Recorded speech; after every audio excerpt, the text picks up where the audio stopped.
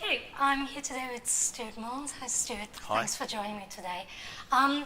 Should we start out with, tell me a bit more about your background, how you came to work with the University of It's a really good question, actually. I used to run a company, a theatre company called Theatre Is, that was based at College Lane in the Innovation Centre.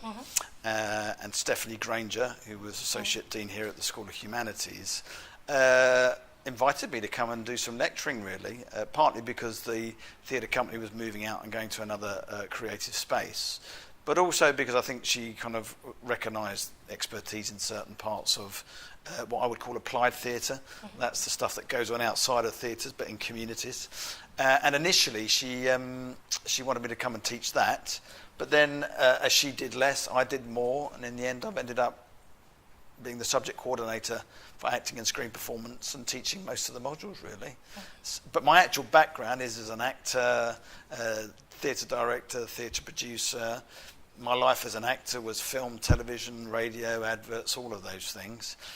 My work now is increasingly engaging with areas of social justice, looking at very specific needs, requirements. I'm currently just launching a project that is looking at the interjection between refugees and young people in economically deprived areas and adapting a book around that story.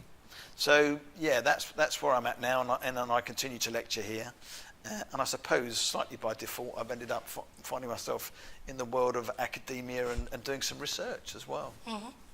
So what kind of, tell me a bit more about your research. That's quite fascinating. I think there's two things worth talking about. There's the work that I've been doing, which enables other researchers to take their research and develop the outcomes and the impacts of that, and that's through a project that I originally initiated with UH Arts and the Heritage Hub here at the School of Humanities, which is about bringing an artist that works in performance and theatre and circus, so different artists from different backgrounds, and matching them to a researcher, or finding that both the research and the artist have a mutual area of interest and could go on a journey together. And partly funded through the Heritage Hub, we've been able to bring three different researchers and different types of practitioners together and do some research and development that could then lead on to a whole performance being built around a researcher's evidence, essentially. And that has been a fantastic journey for both the artists, who suddenly are exposed to a level of material, in-depth material, that they wouldn't normally have access to, and being inspired by that. And I think in a way that begins to challenge their ability as an artist, both around form and content. And for the researcher, it suddenly made them think about the research in ways they never ever thought they would think of. And that's been, for me, actually the most exciting thing, because yes, I am an artist and I am an academic, but it's just seeing the researcher firstly feel like their research matters, because I think sometimes researchers work in a way that they kind of go, it's just me that's interested in this and nobody else, which I'm sure with some research might be true, but actually it makes them go, wow, this really fantastic circus practitioner is interested in me and what I'm doing and what I'm excited by. And then they suddenly see the potential, the fact that the performance aspect could mean that their research ends up in forums and in contexts they never imagined would happen. With, you know, beyond maybe publishing a paper, I don't know, writing a book, presenting at a conference. I don't think they ever imagined that suddenly their ideas and their research could end up on a stage in front of an audience of, I don't know, 500 people possibly, you know. So I think that's what's really exciting for them.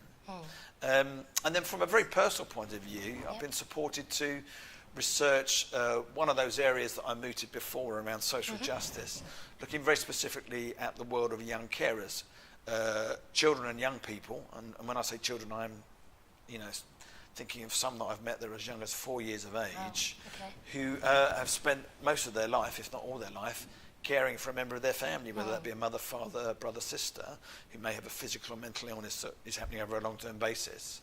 And the impact of that, and recognising that actually there's probably many young people and children who are doing this that remain unsupported, and to create a piece of theatre based around the stories we've heard in our research. And I was specifically funded to look at the impacts that the work would have on a young carer. So if a young carer is in an audience and they are currently hidden from either the support of their teachers or the local authority or a local voluntary sector organisation, if they're sitting in the audience watching this piece of theatre that is about their life, so to speak, what would be their emotional and physiological response to that?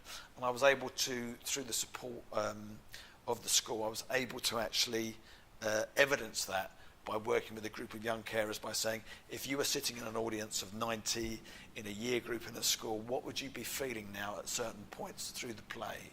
Which allowed me to develop the piece and also understand what we needed to do to support young carers, which was really useful. It's fascinating. I mean, it's an excellent example of how actually the work and the research and what you're kind of doing in the academic can have a massive impact on the kind of life outside. Yeah, absolutely, yeah, absolutely. And, you know, isn't that what research is meant to do? I hope so. Okay. Fantastic. As always, you can find out more about that on the website. And Stuart, thanks for talking to me today. Pleasure. Thank you.